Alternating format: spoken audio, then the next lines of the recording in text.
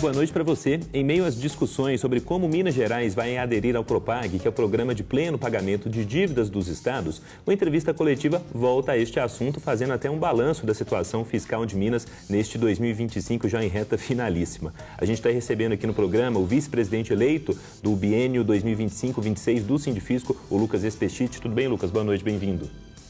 Boa noite, Lucas. E também aqui conosco o diretor jurídico do Sindifisco, o Edilson de Souza Oliveira. Tudo bem, Edilson? Boa noite, bem-vindo. Boa noite, Lucas. Tudo bem?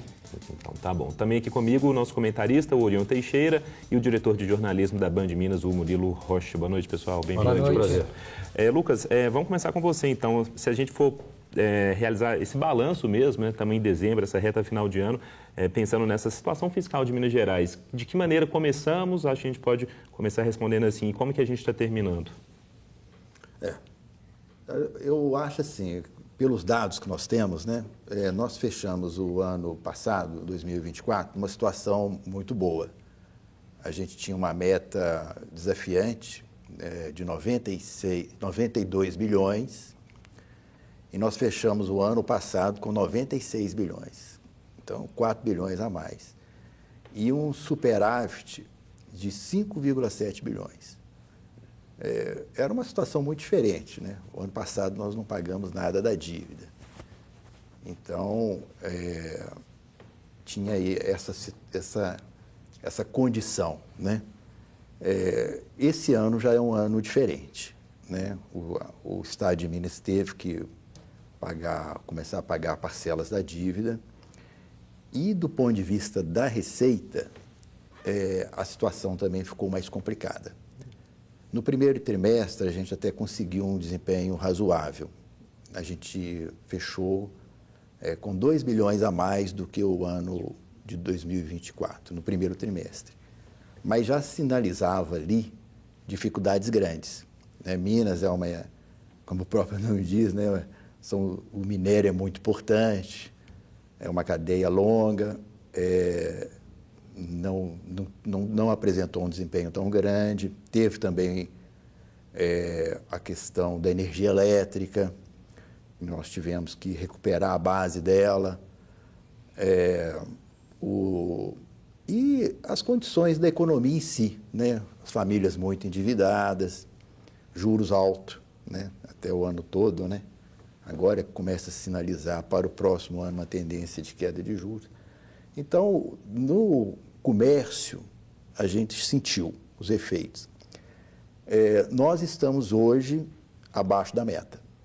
Então, se a gente considerar até o final de outubro, a gente está com 900 milhões abaixo. É um desafio. É isso o quadro. E numa situação que eu acho que depois eu vou ter oportunidade de falar mais, de uma Secretaria de Fazenda que requer investimentos. Mas depois a gente abre mais sobre isso. Edilson, e quando o Lucas fala nesses 900 milhões de reais a mais, a gente abaixo do que era esperado pelo menos, isso representa o que exatamente para quem está em casa possa entender? Bom, isso aí, de certa forma, ele coloca uma luz em cima do papel da Secretaria de Fazenda junto à comunidade, junto à sociedade. E a sociedade, tanto o cidadão comum, quanto o meio empresarial. O fisco, quando atua, ele atua de maneira ampla, conglobante, buscando trazer e proteger a sociedade no que diz respeito aos recursos públicos de investimento, que são tão importantes para a saúde, para a educação, para a segurança pública, dentre outras necessidades sociais. Então, quando um valor expressivo desse, ele deixa de ser alcançado, significa que os investimentos, e aí a gente vai ter a oportunidade de tratar isso melhor, que os investimentos reclamam por uma ação de investimento, apesar de ser repetitivo investimento, mas é investimento no fisco. Porque o fisco, ele tem o papel preponderante de regular o mercado. Quando você investe, quando você aposta, quando o governo protege e estrutura, essa resposta é dada para a sociedade. Eu já queria aproveitar para a gente entrar nesse assunto, então, quando vocês falam da Secretaria de Fazenda, que precisa de investimentos. A gente sabe que uma das pautas aí do Sindifisco ao longo de todo o ano é a questão da reposição de quadros de auditores fiscais e melhor remuneração.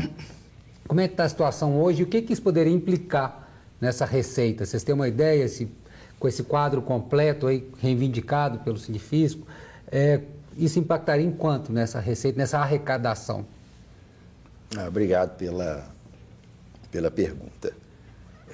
Nós temos lá um observatório, né, no sindicato, que a gente tem uma estimativa. Então, quando a gente, por algum motivo, né, de movimento reivindicatório, como tivemos agora desse processo, a gente é obrigado a fazer reuniões em delegacias para fazer a discussão desse processo e até mesmo manifestações nossas, nós concentramos, fazemos uma reflexão com a categoria como um todo, isso tem um reflexo na arrecadação, que a gente deixa de trabalhar porque nós estamos brigando por condições de trabalho, né? E tem uma estimativa, né, que um movimento reivindicatório longo leva a uma perda na arrecadação da ordem de 600 milhões de reais. Então, é algo que a gente sente, mas, por outro lado, nós temos o dever, Murilo, de brigar por essas condições. Porque, olha, nós conseguimos fazer o concurso público para auditor fiscal. Foi difícil, mas conseguimos. O edital é de 2022, né? E os colegas começaram a entrar em janeiro de 2024. Entraram 431 novos auditores fiscais. Hoje nós já perdemos por perto de 100 auditores fiscais. Evasão de talentos. Desses 430 que entraram, 100 já foram embora. Sim. E por quê? Porque eles estão observando as condições lá fora também, né? E que se encontram lá fora melhores condições, eles vão, infelizmente. E esses 100 que deixaram já estão empregados ou continuam procurando? Não, estão, e porque fizeram concurso para outros fiscos e lá tiveram as melhores condições. Nós estamos, apesar de ser uma economia forte, a segunda na arrecadação de ICMS, a nossa remuneração é a 26ª. Nós estamos lá na quase a última, né? E por que nós estamos assim, né? Então, porque também não é só a questão remuneratória, mas a questão remuneratória é importante. Nós não temos, por exemplo, um fundo estratégico para a administração tributária, que os outros estados têm. 23 estados já constituíram esse fundo. E nós não conseguimos ainda aprovar esse fundo. Esse fundo é o quê? Não entendi. Ele é um fundo que visa dotar a Fazenda de condições para investimentos, né? Inclusive com a ajuda de um prêmio de eficiência, quando você consegue uma arrecadação maior. Isso traria, de imediato, uma melhor condição de trabalho. Né? Nós estamos lutando por isso. Nós precisamos ter condições que tornem a Fazenda atrativa. O ambiente de trabalho também, ele precisa ser estimulador, né? Infelizmente, é como assim, a gente faz um concurso para uma autoridade, mas depois não trata como autoridade. Então, tem muitos colegas que estão em processos assim, administrativos, trabalhando, não são valorizados, poderiam estar envolvidos, né, no combate à sonegação de uma forma melhor. Treinamento também, formação, isso é muito importante na nossa área. E nós não temos isso. Deixa eu te perguntar, dentro daqui em Minas Gerais, dentro da Fazenda, a questão da tecnologia, por exemplo, hoje a IA, eu vejo que é aliada aí em vários, né, softwares, enfim, aplicativos desenvolvidos, inclusive para melhorar a arrecadação, fazendo, né, interface entre secretarias e o setor produtivo. A gente tem isso também, esse tipo de investimento aqui em Minas? Pois é. Desse concurso que nós conseguimos um bom número de auditores fiscais que estão trabalhando na TI. Eu até outro dia estava conversando com um deles, exatamente envolvido nessa questão da IA, né? Inteligência Artificial. Isso é muito importante para nós, mas precisamos formar. Eu sou diretor da LAFENG, de estudos econômicos. Nós conseguimos dotar a FENG agora de um orçamento para ser executado no ano que vem, mas um valor pequeno, R$100 mil. Daria para fazer uma formação piloto de 36 colegas auditores. Mas é piloto, para a gente dar exemplo para a instituição. Porque quem tem que formar mesmo e consegue fazer isso é a Secretaria de Fazenda. Infelizmente, nós não estamos num bom momento para isso. Deveríamos estar investindo, até porque agora, 2026, você tem o início, né, o pré-teste da reforma. Entendi. Né, o IBS começa como teste em 2026, 2027 também, depois, ao longo do tempo, ele é implantado. E isso tudo demanda um investimento muito grande em TI, né?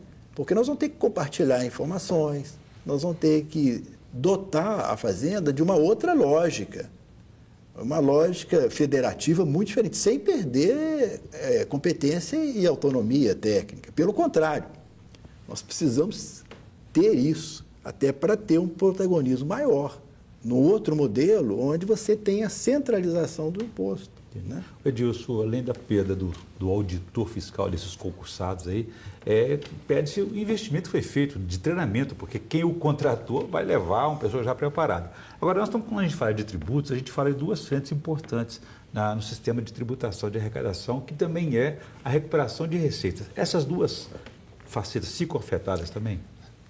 Ótima pergunta. As pessoas precisam entender exatamente isso. Essa é a disseminação necessária. Quando se investe, seja no servidor público de forma geral, quanto no servidor público específico para a arrecadação, que é o caso da Secretaria de Fazenda, você busca ali a excelência nos resultados. E o fisco, a carreira, os auditores são de altíssimo nível. Isso é importante deixar destacado. Entretanto, quando você em contrapartida, essa qualidade humana, essa mão de obra fortíssima, qualificada, você não investe, você traz um problema. Porque a demanda, eles vão produzindo resultado, querendo produzir mais resultado e não tem em contrapartida o investimento necessário para que alcance com amplitude o que se busca. O que se busca? É uma educação fiscal, é uma proteção à concorrência leal, que isso traz benefício a toda a sociedade, a todo o mercado econômico. Você combate a sonegação e de toda forma, e de outro modo, você demonstra, quando a secretaria investe nos seus servidores, nos seus auditores fiscais, ela traz o resultado para mostrar para o governador que aquela instituição ela é capaz, ela supre as demandas e o governador, o governo, de forma geral, ele pode promover as políticas públicas tão essenciais para a sociedade. Então, nessa linha de pergunta, eu achei ótimo, porque ela traz um olhar da sociedade para o fisco, aquele que funciona, aquele que busca melhoria para trazer de forma de contrapartida aquele investimento que deveria ser feito no corpo fiscal, na categoria fiscal. Então, foi citado há pouco aqui, com muita propriedade, a perda dessas pessoas, desses qualificados servidores que vieram para a Secretaria de Fazenda mediante concurso que demorou demais a ser realizado, com muito custo foi realizado, nós preparamos esse time e esse time começa já praticamente de 430, em termos de 100 colegas já saíram da Fazenda, em busca de outras oportunidades em outros locais e instituições que eles passaram. Então, é uma pena. Eu queria falar sobre a questão das isenções fiscais, que é um assunto que o Sindifisco e a FENG discutem, debatem ao longo do ano. O governo sempre fala que é interessante porque são empresas que, na maioria das vezes, trazem um número significativo de empregos e investimentos para aquela região e tudo mais. Há um pedido por parte de sociedade civil e tal para que essa lista seja divulgada na sua amplitude. O governo Foi esse ano, eu acho, né? Teve na iminência Sim, de divulgar, sim, né? sim. Até Depois com recuou. o governador Matheus Simão. Ele estava, né, como governador, numa viagem do governador Romeu Zema, mas houve esse recuo aí por parte do governo do Estado. Até que ponto essa política de isenção fiscal, que não é exclusiva de Minas, a gente sabe, é no Brasil inteiro, mas até que ponto ela é benéfica ou não aqui para Minas Gerais? Olha, isso é uma história longa, né? Mas a gente tem 3 minutos nesse bloco, vamos lá. Então vamos lá, vamos rápido, né? A questão da guerra fiscal é uma soma que todos perdem, mas todos os estados entraram nisso, né? Então, por exemplo, você pega o e-commerce, né? O e-commerce, a plataforma pode estar em qualquer lugar, é a venda digital, né? Você, da sua casa você compra mercadorias, né?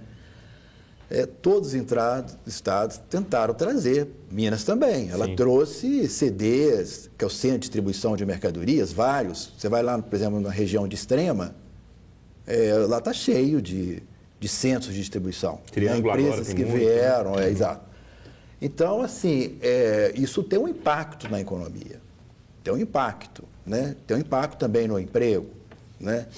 Isso tem que ser medido. Né? Eu acho que, aliás, isso acho que é um dever você trazer essa discussão à tona e com transparência, preservando o sigilo, claro. Né? Mas a sociedade tem que saber que isso foi feito por várias empresas e por vários estados, né? Tentando atrair empresas para os estados. Todos os estados entraram nisso. Esse modelo, ele trouxe também uma erosão na base tributária. Isso é um dos fatores, inclusive, que explica a reforma tributária. Porque o ICMS começou a perder poder de arrecadação com as renúncias fiscais, que são grandes. Né? Então, um dos motivos para você sair do modelo de guerra fiscal e um outro modelo, que é o IBS, que se pretende ser um federalismo compartilhado e cooperativo, né? Isso é um dos motivos para fazer a reforma tributária. Você veja o tamanho dessa questão. Né? Tem outras, né? A necessidade de transformar também um tributo mais transparente para o consumidor. Né? Hoje ninguém sabe. O e-commerce, por exemplo, tem uma renúncia fiscal que o consumidor não sabe. Ele sabe que se ele comprar da casa dele é mais barato. Porque a carga tributária é mais barata. Mas tem motivo, né? Quer dizer, está pagando menos imposto, aí na ponta a gente está pagando menos ali pelo produto. Seria isso. Exato. Tá. Então é uma discussão que precisa ser feita assim, né? E é uma questão complicada essa, da renúncia fiscal. Para a gente terminar o bloco, o Sindifisco estima de quanto que essa renúncia fiscal, na ordem de quantos bilhões que ela está?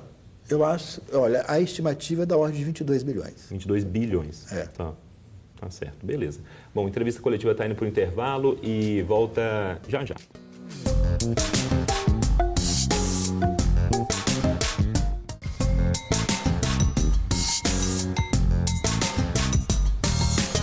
De volta com a entrevista coletiva que hoje faz um balanço da situação fiscal de Minas neste fim de 2025, abrindo o bloco agora com a pergunta do Murilo.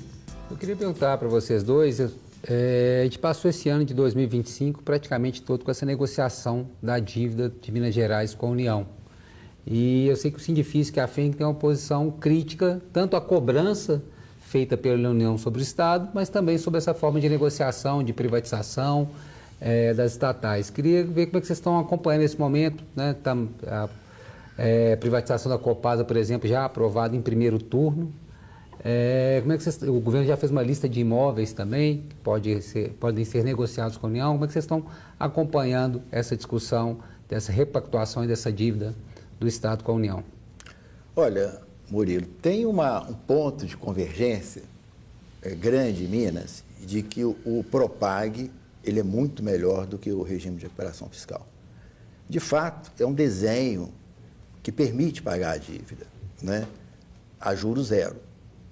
O que a gente discute, e por isso a gente procurou os deputados na Assembleia, procurou o governo também, aqui mesmo eu estive no programa com o deputado Zé Guilherme, é que a questão dos ativos do Estado são as empresas, que elas elas geram dividendos importantes para o Estado. Então, do ponto de vista do caixa, essa conta precisa ser feita, e ela não foi feita. Por exemplo, você pega uma empresa como a Copasa, em 2024, ela rendeu de dividendos mais de 900 milhões. Né? A Codemig e a Condenge, 1,4 bilhões. Vai juntando essas, só a CEMIG, porque o Estado também vendeu a participação, mas só a CEMIG era 5,7 bilhões. Então, o Estado entrou no caixa do Estado, em 2024, 3,2 bilhões de reais. Essa conta precisa ser feita. Quer dizer, se é por uma questão da dívida, essa conta precisa ser feita. E ela não foi feita em nenhum momento. Poderia-se, por exemplo, acho que até o Matias, né, presidente do Sindifisco, chegou a defender que parte desses lucros, por exemplo, fossem comprometidos para o pagamento da dívida em vez de se vender às empresas. Podia fazer uma securitização, antecipar essa dívida. Vários negócios poderiam ser feitos. O importante é que isso não...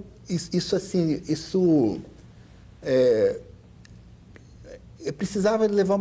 Essas contas, esses números, eu acho que não chegou na sociedade, né? E ficou uma situação obscura, né?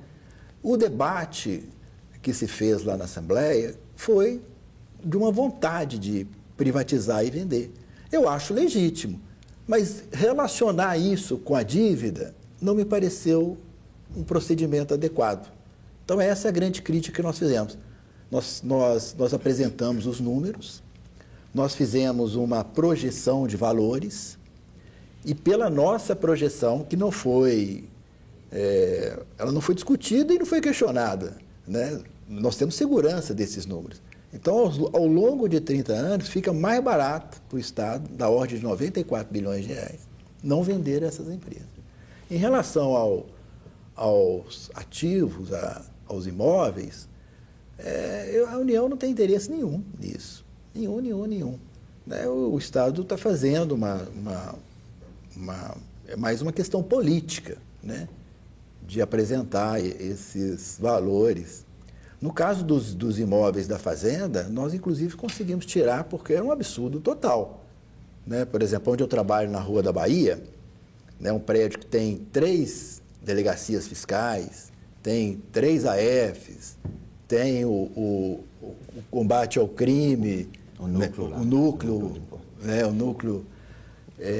Então, assim, tem a corregedoria, é uma unidade grande, mas tem a tecnologia de informação. Naquele prédio ali da Rua da Bahia, embaixo, nós temos um valor enorme investido com equipamentos. E nesse, apesar da gente ter alguma defasagem, os nossos investimentos foram importantes. Quando o contribuinte tem que emitir uma nota e o sistema de outro estado falha, ele recorre ao de Minas. Aqui falha menos. E esse investimento está lá, no prédio da Rua da Bahia. Quer dizer, não faria o menor sentido vender isso, foi excluído, né? Tem também o Conselho de Contribuintes, que funciona ali próximo. É um órgão de excelência. A gente está fazendo a reforma lá. Quer dizer, o Estado concordou em fazer uma reforma para dotar melhor ali a unidade. E nós temos também o prédio da Afonso Pena. Mas os outros prédios também, eu acho que não faz sentido nenhum esse movimento. Eu acho que ele não vai ser efetivado na prática, né? E também na prática mesmo, se caminhar a adesão ao Propaga é importante, né? O governo quer fazer o abatimento de 20% da dívida, ele quer vender, né? Eu acho que agora a Copasa vai ser vendida mesmo, né? Agora é porque o governo quer vender. Ele faz também uma discussão de que é melhor para a sociedade, para o usuário, a venda da Copasa. Essa também é uma discussão que deveria ser fortalecida, né? Porque daí já é de outra natureza, né? É outra discussão. É outra discussão. E que ela ficou comprometida por causa desse bolo aí que se criou. Em relação à dívida. Na semana que passou, os fiscais, os auditores fiscais fizeram uma importante operação aí combate, né, à sonegação fiscal. Como é que nasce uma operação como essa? Como é que se identifica ali onde há um processo de recuperação de receita? Pois bem, diuturnamente a fiscalização está trabalhando. Ela está fazendo cruzamento de dados ou entre os fiscos, internamente também com os dados do contribuinte, nas operações interestaduais e paralelamente, as entidades parceiras, as instituições parceiras que fazem parte do CIRA, Comitê Interinstitucional de Recuperação de Ativos, que é composto pela Secretaria de Fazenda, Ministério Público, polícias. Então, nesse conjunto de partícipes, de atores que fazem parte do CIRA, paralelamente ou conjuntamente, eles vão fazendo investigações, seja através de denúncia anônima, seja através de cruzamento mesmo, onde busca indícios e aí ele desenvolve, uma vez que a investigação demanda tempo, até porque hoje o fisco, ele trabalha com empresas ou com grupos conglomerados que têm quando buscam sonegação, eles buscam de maneira estruturada. É uma sonegação estruturada e que na sonegação não raras vezes está atrelada a um crime conexo que é a lavagem de dinheiro. Só para explicar para o nosso telespectador, o que é uma sonegação estruturada? Ótima pergunta. A sonegação estruturada é aquela que não é aquela sonegação comum, simplesmente deixa de emitir uma nota, você vai lá comprar uma roupa e pagou e agradece, tchau. Não é isso. A estruturada é aquele que há o dolo de constituir empresas fictícias, há o dolo de lesar o erário e há o dolo de desviar a atenção das autoridades para o caminho do outro dinheiro, follow money. Então, e a blindagem patrimonial, porque o resultado desse tipo de operação, ele não é pouco, é muita lesão, o valor é exorbitante. Então, voltando ao que o Odilon me falou e que é de interesse de todos nós, essas operações que ocorrem, principalmente na última agora que aconteceu a semana que passou, essa semana, né, no início da semana, são operações que praticamente o modus operandi ela vai se aperfeiçoando. Cada dia mais reclama da fiscalização e das instituições investimento em tecnologia, que aí comunga e alinha-se ao que foi perguntado há pouco. Onde que a tecnologia ajuda? Hoje a Secretaria de Fazenda ela é considerada, no Brasil, a melhor administração tributária. Mas os servidores precisam ter esse reconhecimento interno, valorização. Porque se traz o problema, eles têm a solução. E aí é através desse combate, e mais, não é só o combate que a gente ouve aí e tem notícia. Diuturnamente a fiscalização no seu trabalho ordinário, ele está combatendo. E ainda promove a educação fiscal, que é chegar ao cidadão comum o que significa, qual a importância do imposto recolhido. E a sonegação não é um crime isolado? A sonegação, ela se agrega a outros atores e a outras tipologias de crime, né? Porque quando você sonega, você tem o lado de prejuízo para quem concorre, porque você tem possibilidade de reduzir seu preço. Você ilude, porque quem não emite nota não dá garantia. E aí a própria constituição da empresa, se ela é fraudulenta, ela prejudica o empregado, porque não pode ser registrado, porque a empresa não pode, formalmente não é constituída. Lá do outro, esse valor que é sonegado, ele deixa de permitir, eu já disse há pouco também, ao governo, ao Estado promover suas políticas públicas que volta para a sociedade. Quando você fala nessa sonegação estruturada, tem algum setor ou setores mais específicos que acabam colocando em prática, né, essa sonegação? Obrigado. Novamente, essa pergunta também é bem ilustrativa, bem didática. Ela permite que é o seguinte, olha só, nós tivemos, e isso é público, basta dar um Google aí, todo mundo vai saber, vários setores gigantes, tivemos problema com combustível, mineração, atacadistas em geral, produtor rural já tivemos com boi, com gado, né? Frigorífico, já tivemos de forma geral, assim, indústrias.